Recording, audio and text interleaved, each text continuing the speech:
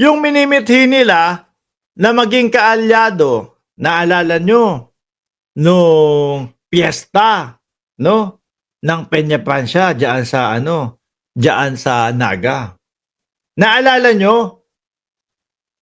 Sabi ng mga DDS, kabahan na kayo. Dahil eto na, si Atty. Leni Robredo, susuportahan na si BP Sara. Kabahan na daw ho tayo, mga bossing. Mamukat-mukat mo, yung pagpunta pala o yung pagkikita ng dalawa, biglaan ho. 5 minuto, nasa bahay na po si BP Sara. Yun yung pinakapaalam. Hindi man lang, pwede po bang humingi ng appointment? Gusto ko pong makipagkita o gusto ko pong makipag-usap sa dating vice presidente, no? Kaso ayan, binabanatan kayo ngayon nung kampo ni BP Sara. Kampo ni BP Leni. Bakit to? Kasi si Sara ngayon, mga kababayan, nagreklamo. Reklamo to, siguro nagpapaawa ho, di ba? Sabi niya, there is no approved budget for the medical and burial assistance program of the Office of the Vice President. Pero bago lang ho ito, mga bossing, bago to, nabanggit na din po ni Inday Sara Duterte na Vice Presidente na may pondo o wala, magtatrabaho kami.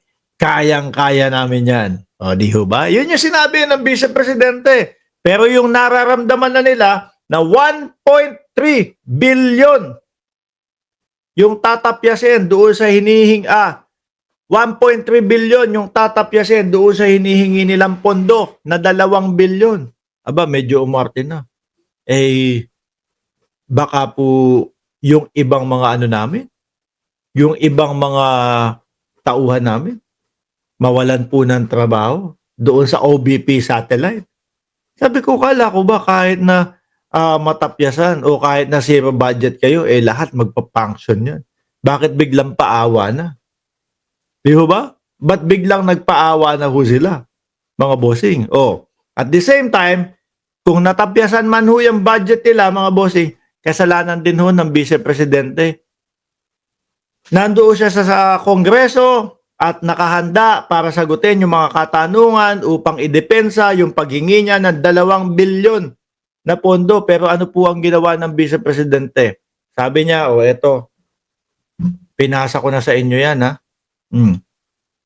Hindi na ako sasagot do sa question and answer nyo. Kung gusto nyo na i-approve, approve. Kung hindi, yun. Kumbaga, nasa kamay na ng Congress kung ano man ang sabihin nila about doon sa pondo. Hindi ho pinagtanggol, mga kababayan. Sige, 1.3 billion, kaltas. Ang iwan, 733 million o 730 million. Mas malaki pa po pala ito, mga bossing, kesa po doon sa budget ni BP Leni. Pero umiiyak pa din ho sila at madami nang hindi magpa-function.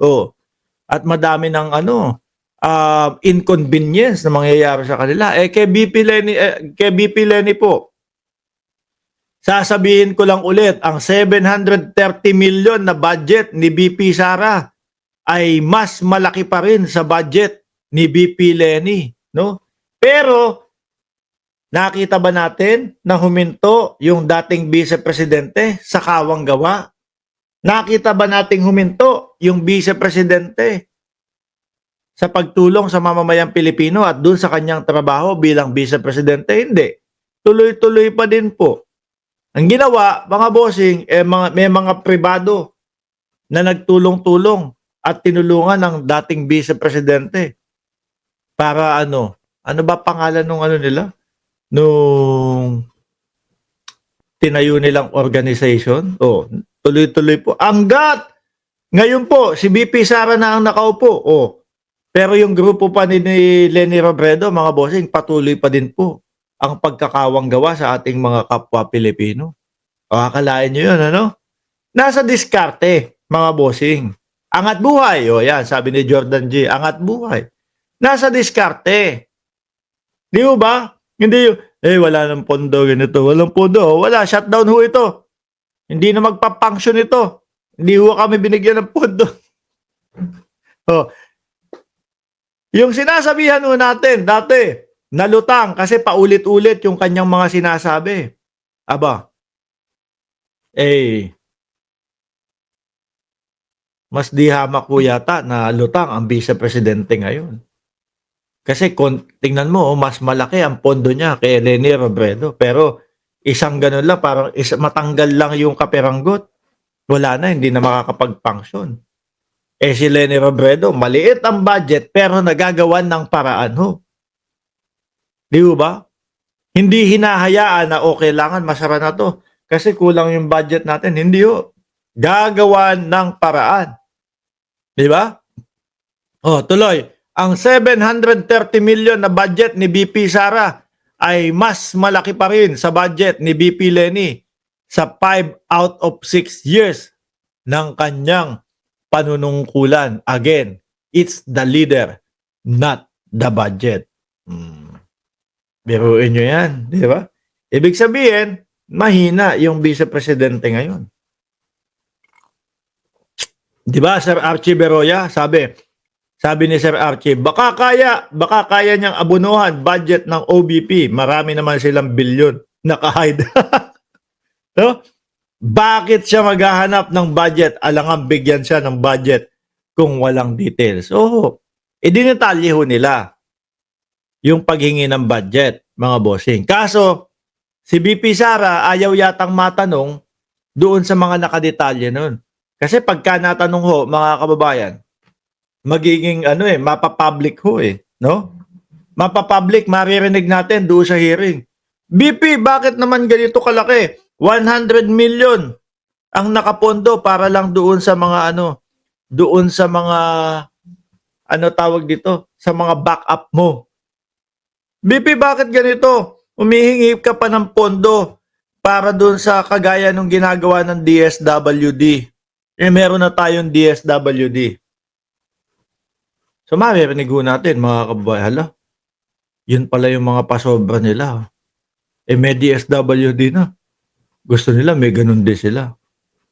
Tapos, baka pagka yung sakuna na, DSWD lang din ang sasagot doon o pupunta doon. Di ho ba? Kaya siguro, ang Vice Presidente, hindi na ako sasagot sa tanong ninyo, maririnig lang nila Maririnig lang ng publiko yung mga sobra-sobrang 1.3 billion. Napilit ipinagtatanggol ni Marcoleta. Hindi na po ba tayo sumusunod doon sa nakasanayan na natin tradisyon na wala ng tanungan kapag ka Vice Presidente ang humihingi ng pondo? Biruin nyo yun. Kung natuloy ho yun, mga kababayan, kung hinayaan lang ho yun, naku po! Malamang sa alamang ang problema din natin 1.3 billion, no? Saan mapupunta? Madadagdagan ang problema. Madadagdagan po ang mawawala sa kaban ng bayan na naman. Sabi ni Beatrice, kuya ko'y lang ng kuya ko'y si Sara. Nung nandoon niya para ipaliwanag sana yung hinihingi nilang pondo. Diba ang ginawa niya, yung dalawang earphone linagay sa tenga? Baka Taylor Swift po ang pinapakinggan. Hindi natin alam kung ano. Imbis na igalang yung Kongreso at pakinggan po yung nangyayaring, kumbaga, meeting. Di ba? Question and answer, wala.